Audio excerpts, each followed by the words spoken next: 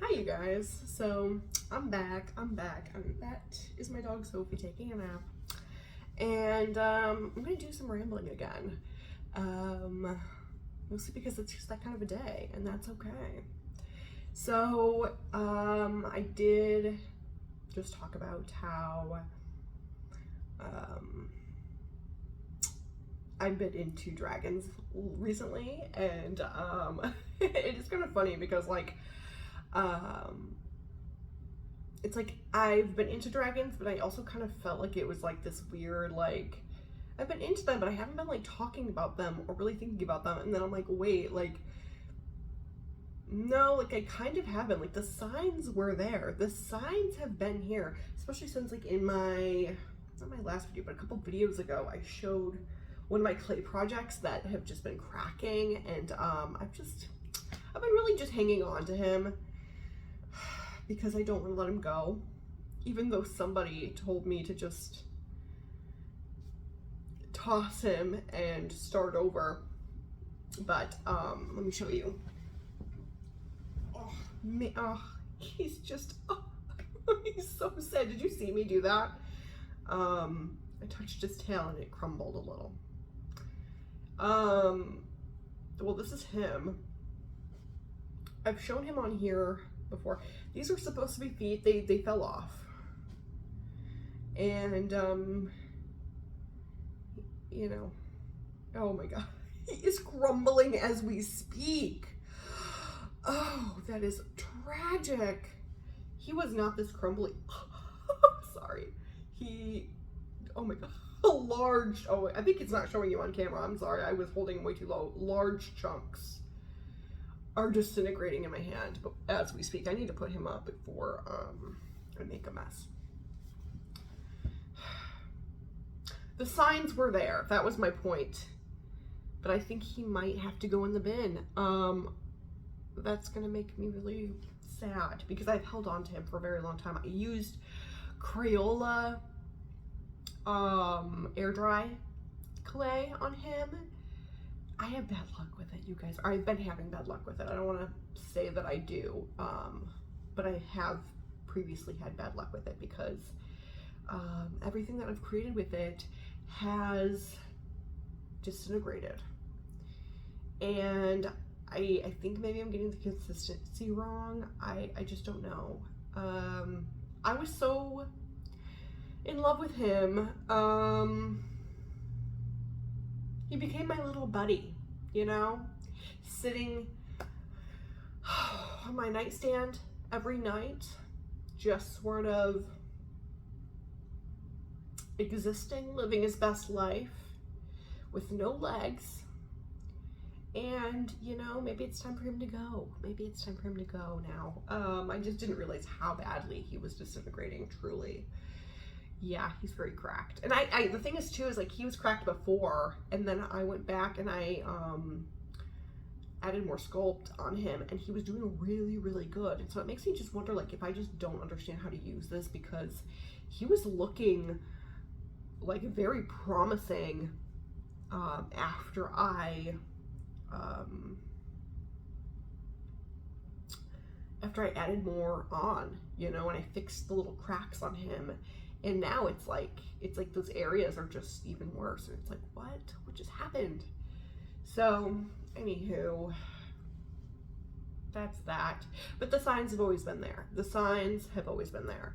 And, or the signs have been there the last couple of years that I have been into dragons. Like, kind of big time. And what does that mean? You know, I'm into dragons.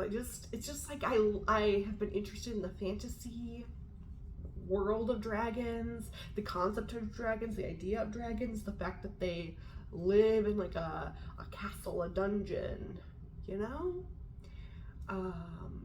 Even the Eastern style dragons are so cool to me with their little, like, and they're like, I don't know, they get like some fluff on them sometimes. They're just cool looking. But even the Western ones that we're all used to, those are awesome. There's something about them that I've been into, even though as a child, I was very opposed to dragons. I thought they were tacky. but I'm very into them now, and I think that's awesome. So I just think they're so magical and cool. And what was I going to say about that? But other animals that I am into, I guess, besides that, are, I like many animals. I really do. I feel connected to quite a bit of animals. Some more than others, of course, but and in the past when I've researched totems and stuff, there are some that definitely resonated with me, and others that didn't really resonate with me. And it makes sense to me why some would resonate with me spiritually more than others. Anywho, what are those animals? Well, number one, I've got to mention the red panda, because for years and years, I think even in middle school I was interested in red pandas when I found out about them.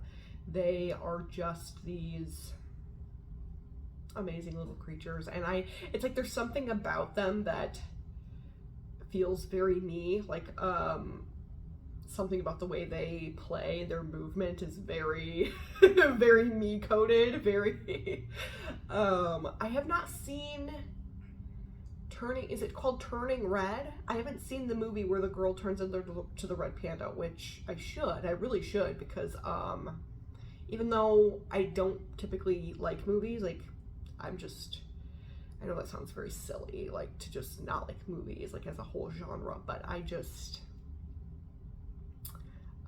picky. I'm very particular about movies. I really am, about the movies that I want to spend my time watching and stuff. But it does seem cute.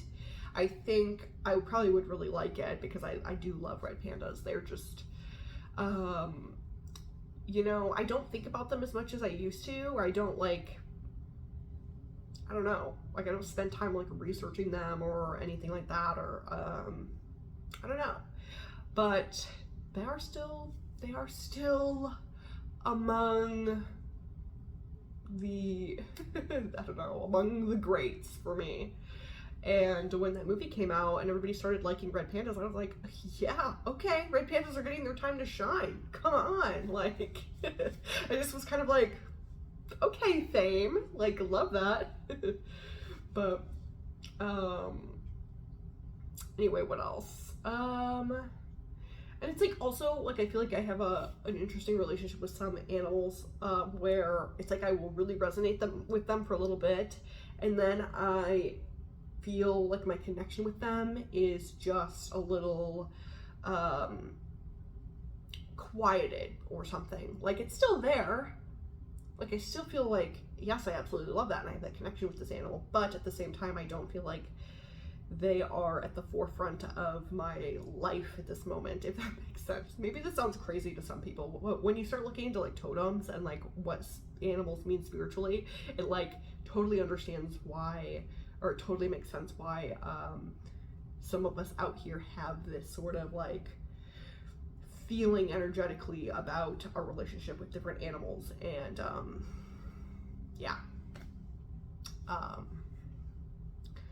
animals, numbers, colors, all this sort of thing.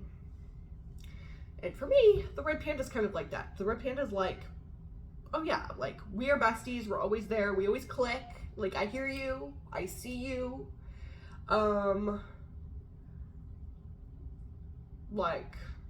soul sisters. But other ones are kind of taking my mental space right now. These are the ones that are showing themselves to me, and I don't know. Anyway, I also feel that way towards foxes more recently. The red panda's always been number one, or almost number one for me, in terms of favorite animals or animals I have a connection to. And foxes have always been up there for me too.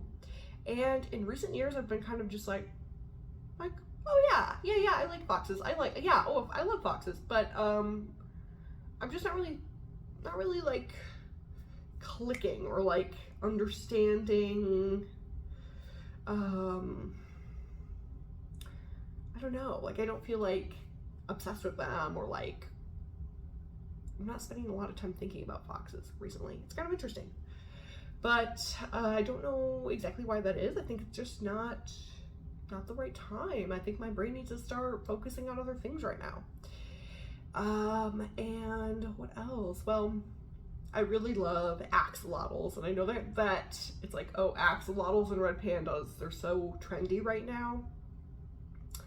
But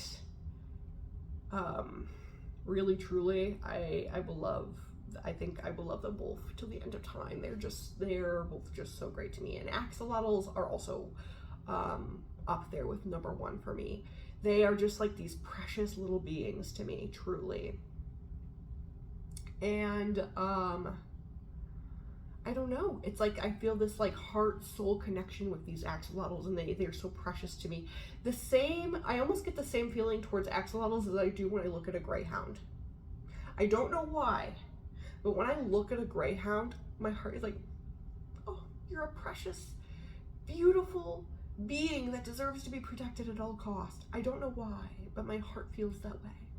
It's like we need to protect them. But yeah, I love axolotls. They're just everything and more to me. And I don't know. Like little thought here about pets, right? I would love an axolotl as a pet. Some people are like, they're boring, whatever. I love a boring pet. I love a boring pet. I'll say it. I love the idea of just, it's swimming around in there or doing a whole lot of nothing, just staring, just sitting, and you're just watching it do nothing. But I also probably realistically could watch paint dry. And I have been told that my hobbies are boring before. So there is that. Like, I can just sit outside in nature, no phone, and just sort of just sit and just watch and just listen to a breeze. I mean, some people might find that extremely boring. So there is that. But I would love an axolotl as a pet. I truly, really would. And I would cherish it with my whole heart. And I think maybe one day I will have an axolotl as a pet, but here's my thing.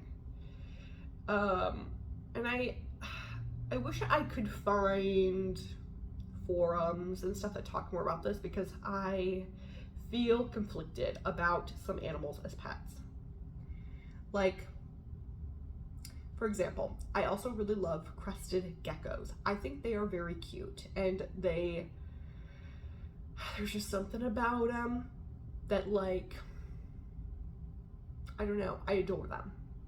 And every time I go into a PetSmart, I'm like, oof, I kind of want to hold it. Like, I kind of really want them to like take it out of the thing so I can hold it, which is weird for me because I have a lot of like fight or flight issues where I'm like, or like nervous system issues sometimes where things freak me out. Like I've been a lot better over the years, but like I used to have a severe fear of spiders, like severe arachnophobia.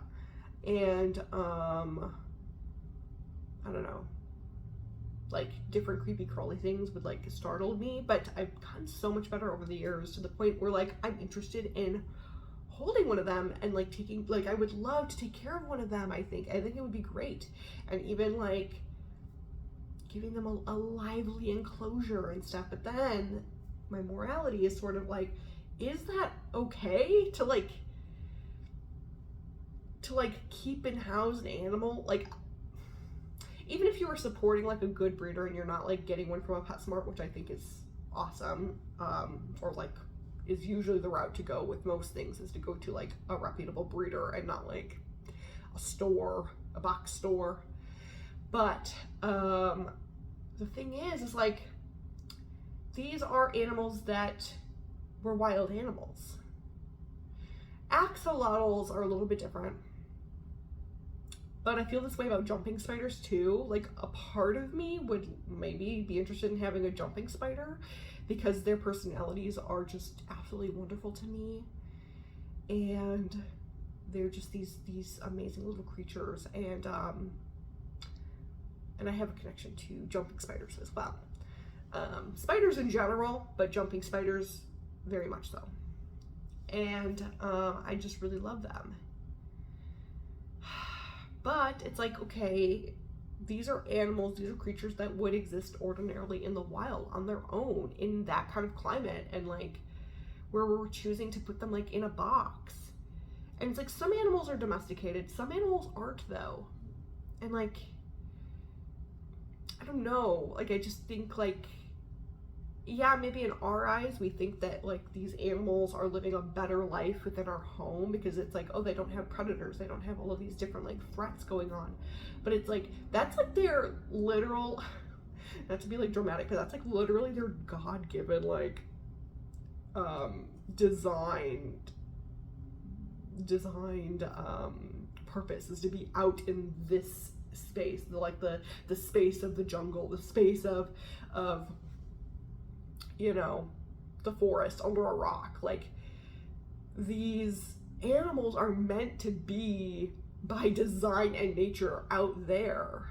Like, yes, they have threats and stuff, but like they also would have freedom to like walk and be wherever they are. And like, that is also the thing, even with axolotls, is I'm like, okay, I know they're mostly sedentary and they don't want to move around a whole lot, but like, even if I give them the biggest tank in the world, like, it's nothing compared to their lake. Like, it's nothing compared to the size of a whole like area. Axolotls are a little bit different because I realize that the axolotls that people are owning are not axolotls that could live back into the lake. It's not like that. And also their lake is extremely polluted. Although I think it's great that they're actively trying to help that lake out of pollution, and they're helping the axolotls that live there. It is like, it truly is a better life with us in a home, in a tank. And also the axolotls that we have now have been like bred and domesticated to a point where they don't even they wouldn't even do good there. So it's like, you know, I feel a little bit better about. But like a crested gecko, it's like, no crate or cage or enclosure that I ever put it in is going to be as abundant as the rainforest or, you know, their natural environment. And it's like, like, I don't know if I morally can get over that, you know? So there is that I feel very morally conflicted about. I don't know. I also, you know, I was vegan for a very long time, 7 years of my life. And so it's like, I recognize that like a lot of the moral like thoughts and stuff that I have do stem from, you know, the knowledge that I learned during that time. And it's like, I don't know, maybe a lot of other people wouldn't care, but like, I can't help but to care. You know, I don't know how to not care. But if I found like a, you know, a way to sort of, I don't want to say justify it, but like if it was like, it made sense morally, then I would love a crested gecko. I would also love a jumping spider, I think. I also would love moths. Now, moths are a little bit different to me. I love moths. I'm a mothy type of a person. Way more than butterflies. I think butterflies are amazing. They're so cool. But moths, they're everything to me. They're fuzzy little bodies. They're just so cute. So cute. A rosy maple moth. But I think it would be really cool to have moths, and even have like silk moths, and make art with their naturally deceased bodies. But other moths are different than silk moths, in the sense that other moths like do fly, and they do live well out into the world. And it's like a lot of people find them naturally occurring, like rosy maple moths. They find them out in the world, out, you know, in the woods, you know, on a hike. And it's like, I mean, not where I live, but in other places of the world. And it's like, how could I ever justify having a rosy maple moth in this butterfly enclosure? Even if it was like in this massive enclosure, it's like, how could I ever justify that morally? Because it's like that butterfly, or that moth's life is meant to be lived like in this big open world, and nothing will ever compare to that. But a silk moth can't really fly, and can't even eat, and like that's the last stage of its life. And so it's like, I don't think that I mean, and they can't exist in the wild, I'm pretty sure. So you know, I mean, they kind of exist now for humans. And I don't know, my only moral dilemma with that is that, am I perpetuating their further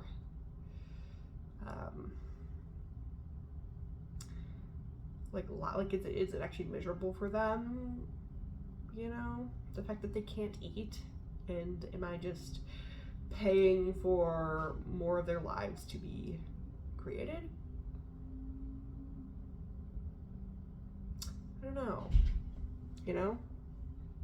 So I do think about that sometimes, but I don't know. I would like to know your thoughts.